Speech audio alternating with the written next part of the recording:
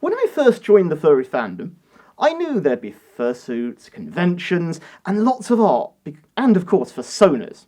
But I didn't expect everything I found. Hello, I'm Shadow Raccoon, and here are a few things that surprised me about the furry fandom.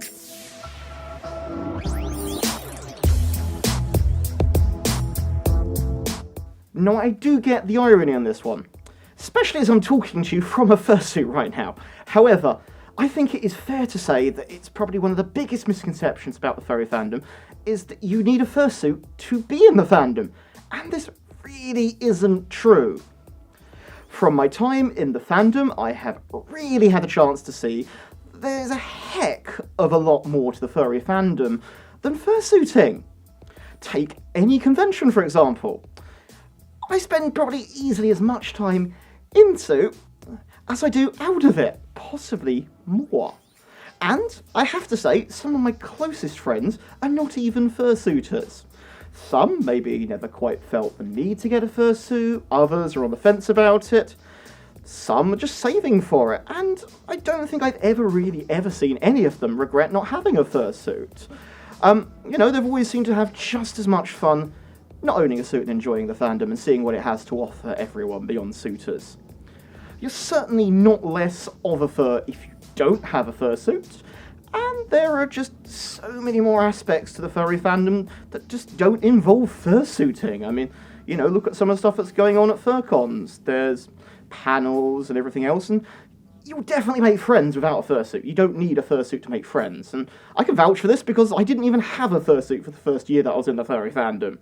So, definitely, it's something that, I really like to stress when I meet people who, don't seem to have that opinion or haven't really understood it or been in the fandom to know about it. And I even sometimes have to have arguments with people in the comments who are not furries and just think the furry fandom is just fursuiters.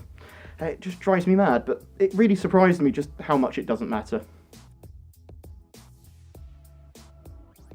So one thing I will honestly say, I'm continuously surprised by how charitable this fandom is.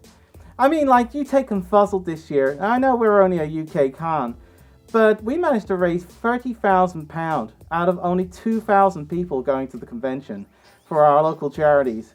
I mean, not even on a bigger scale than that, and even though that's a relatively small scale, people in this fandom gang together for all types of reasons.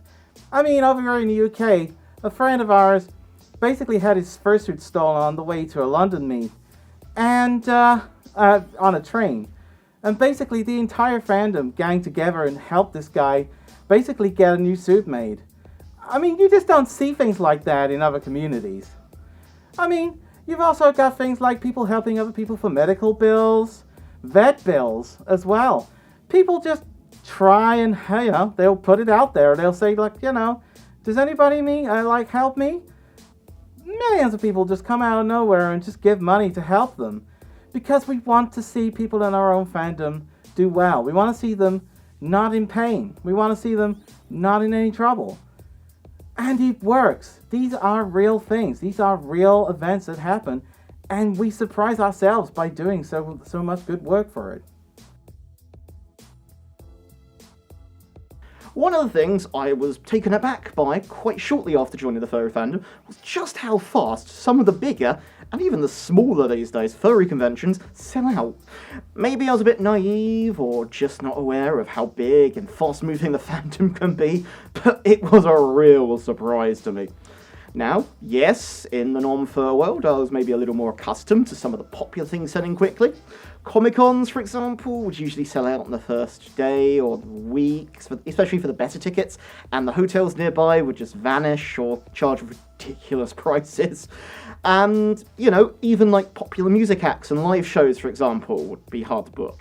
I'd spend time sitting on Ticketmaster web pages with my finger above the F5 button to try and pounce on what felt like what few tickets were there to get. So I was used to things not selling out, but however, I guess, due to maybe myself at the time thinking the fandom was a bit smaller than it is, never quite appreciated just how fast furry cons could sell out. Midwest Fur Fest, for example, when I tried booking that last year, spaces disappeared in a flash. The less said about trying to book Eurofurals, the better. And Confuzzled was gone in 60 seconds. Okay, more than that, but I just wanted to randomly reference a Nicolas Cage movie. Now, of course, I maybe feel just a bit better prepared. For example, Vernal Equinox, we recently tried to book that, and myself and a few other furs all sat in a pub with our phones and tablets out, ready to hit refresh. It worked. We all managed to get room space, and that's fantastic. So it just taught me to plan a little bit more, and I think the fandom has done that. It's taught me to be more prepared, but it really surprised me with how busy it can be. One of my favourite surprises in the furry fandom has been the sheer amount of creativity and continuous evolution of it. Take fursuits for example. When I first started suiting, I was almost all plantigrade suits.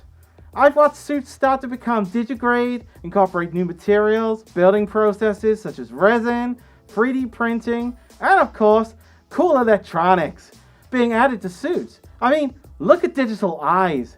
These are amazing, and I can't wait to see them become more widespread. Then there's the art. New methods, tools, and styles. I mean, animation is getting so big now, and it's just amazing. Much more accessible, and so brilliant. And there's so many more artists and things to commission nowadays as well. 10 years ago, there wouldn't have been, you wouldn't have imagined commissioning anything like Telegram stickers, or even these new animated ones. There's more than just art too. There's fantastic music, talented musicians, furry podcasters, YouTubers like us, and brilliant writers. I love the creativity of the furry fandom, and I love how I keep being surprised by what people will create next. Before becoming a furry, I'll admit I had a very narrow circle of friends. Most of them lived nearby. I maybe knew a few couple of people who maybe lived in America or something because they'd moved there, but I did speak to very few people beyond the UK especially, and really outside of the area. But after joining the fandom, wow, I discovered that it just allowed me to connect with the wider world so easily. Be it Telegram group chats, Twitter, even my videos on this channel, it's all allowed me to connect with people across the globe, become good friends with some in a few cases, and I've even had the chance to go to a US con and just meet people who I've just been speaking to online in real life. That was just an amazing experience and one of the best things I've done. It's safe to say the fandom has really helped me feel more social. It's definitely boosted my confidence in doing so, and it's been a fantastic experience to just learn more about people from other places. And guess I just didn't expect to find that level of globalness. And it's been brilliant. I really loved it. One of the things that surprised me about the furry fandom was just how inclusive it really can be. Being a furry has allowed me to meet people from all walks of life, and it's been just amazing to see just how welcoming and inclusive it can be. Compared to the real, non-fur world, where people are very quick to point out others' differences and problems, the fandom differs, I find. I have seen it offer a home to so many people, at the same time allowing me to get a better understanding of people's differences. Okay, so I expected the fandom to be fun. It was one of the reasons I joined after all, and honestly I suspect that's one of the reasons a lot of people do join the fandom. But wow, I won't lie, I never imagined it would be this fun. I have had the chance to do things that real world me would never do because I just feel confident doing it. And, you know, that's stuff like dancing, like a crazy idiot at cons. Trust me, I'm a bad dancer. Other things like karaoke, I can't sing either. And, you know, other random shenanigans in fursuit, just sharing jokes and just making friends. And I just wouldn't trade this experience for anything in the world. It really surprised me that it would be this fun. So there we go. Those are a few things that surprised me about the furry fandom. There's probably a few more, and maybe I'll do them in another video coming up in the future.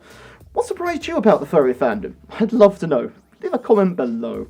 If you enjoyed this video, please click the like button, subscribe to my channel if you haven't already, or consider supporting me on Patreon. There's a link in the description below. I'm Shadow Raccoon, and I'll see you next time. Bye everyone!